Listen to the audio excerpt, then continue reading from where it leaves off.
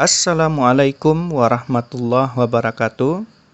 Perkenalkan, saya Gusti Fauzi SKM, peserta Latsar CPNS Provinsi Bengkulu Gelombang 3 dari Angkatan 9 Kelompok 2 akan menggambarkan bagaimana potret etika pelayanan publik di Indonesia dan solusi etika publik pada masa pandemi ini. Selamat menyaksikan.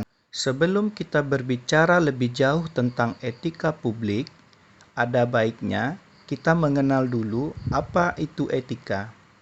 Etika adalah karakter atau etos individu atau kelompok berdasarkan nilai-nilai dan norma yang luhur. Pendapat ini disampaikan oleh Azyumardi Azra tahun 2012. Kemudian, menurut Catalano tahun 1991, etika itu adalah sistem penilaian yang perilaku serta keyakinan untuk menentukan perbuatan pantas guna menjamin adanya perlindungan hak-hak individu, mencakup cara-cara dalam pengambilan keputusan untuk membedakan hal yang baik dan yang buruk. Selanjutnya, apa itu etika publik?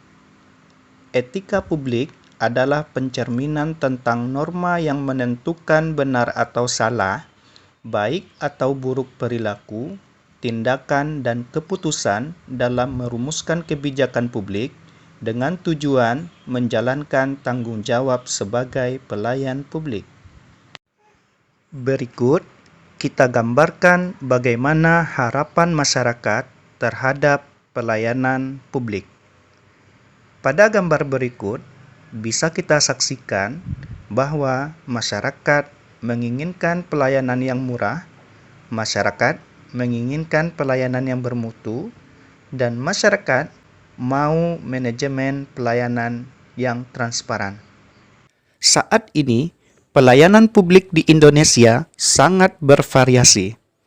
Sudah ada organisasi atau instansi yang menerapkan standar pelayanan publik yang sangat baik, sehingga masyarakat yang menerima pelayanan yang diberikan oleh instansi tersebut sangat puas.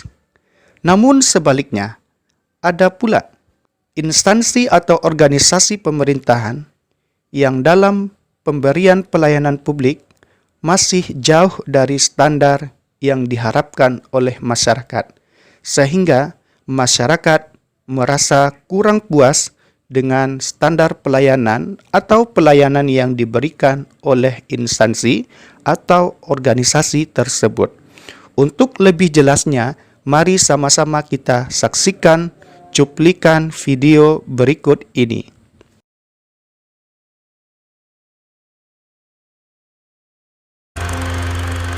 Keindahan dan potensi alam Jawa Barat sangat menjanjikan. Salah satu unggulannya ada pada sektor perkebunan. Strategi dan inovasi yang baik diperlukan bagi potensi komoditas perkebunan, sehingga mendukung pertumbuhan ekonomi semakin pesat. Tahun 2014 hingga 2018, sudah 12 juta batang benih kopi didistribusikan kepada pekebun. Hal ini dilakukan Dinas Perkebunan Provinsi Jawa Barat demi meningkatkan produksi dan produktivitas. Namun kendala muncul. Sejak program bergulir, tak ada yang mengetahui dan bisa memastikan kejelasan distribusi dan evaluasi bantuan. Bagaimana perkembangan benih, hidup atau mati, berapa prediksi hasil produksi, meningkat, atau bahkan menurun, dan permasalahan monitoring lainnya. Masalah benih kopi itu butuh, tapi kopi yang lokal benih nanti aya di masing-masing kelompok Pak.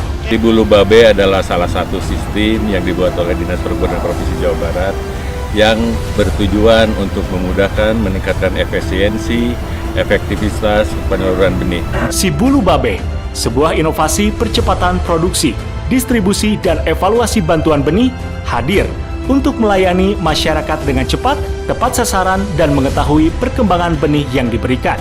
Yang pertama, masyarakat atau kelompok tani menyampaikan proposal yang telah divalidasi oleh tim lapangan Dinas Kabupaten. Setelah diinput, kemudian diverifikasi oleh tim teknis provinsi.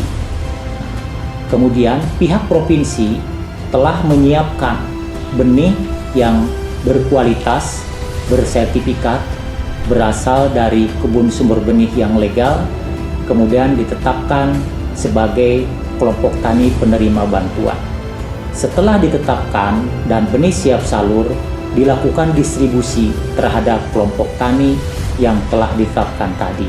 Setelah benih didistribusikan dan diterima oleh kelompok tani, kemudian petugas lapangan melakukan monitoring terhadap perkembangan benih tadi. Hasilnya, informasi data perkembangan benih yang dulu sulit didapat dan diprediksi, dengan adanya si bulu babe, produksi benih tanaman perkebunan tersusun rapi dalam satu database. Pengawasan menjadi mudah. Informasi perbenihan tanaman dapat diakses dimanapun dan kapanpun melalui smartphone.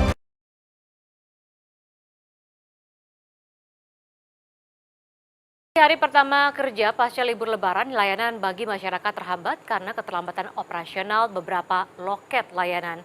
Menpan RB pun mengancam akan memberikan sanksi tegas bagi mereka yang tidak disiplin.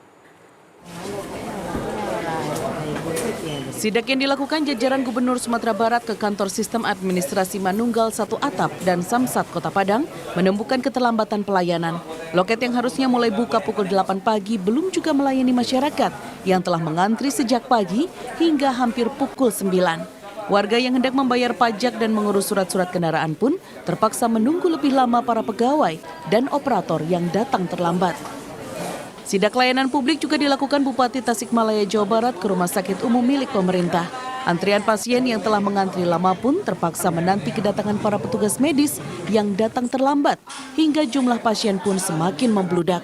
Sidak ini sengaja digelar untuk memantau tingkat kedisiplinan para PNS yang sengaja bolos dan terlambat pasca libur hari raya. Bupati mengancam akan memberikan sanksi tegas, minimal pengurangan tunjangan penghasilan bagi para PNS yang tidak disiplin. Kemudian, apakah solusi etika publik saat pandemi COVID-19 ini? Yang pertama, penanaman nilai-nilai dasar etika publik melalui pelatihan. Yang kedua, sosialisasi pelayanan publik secara online.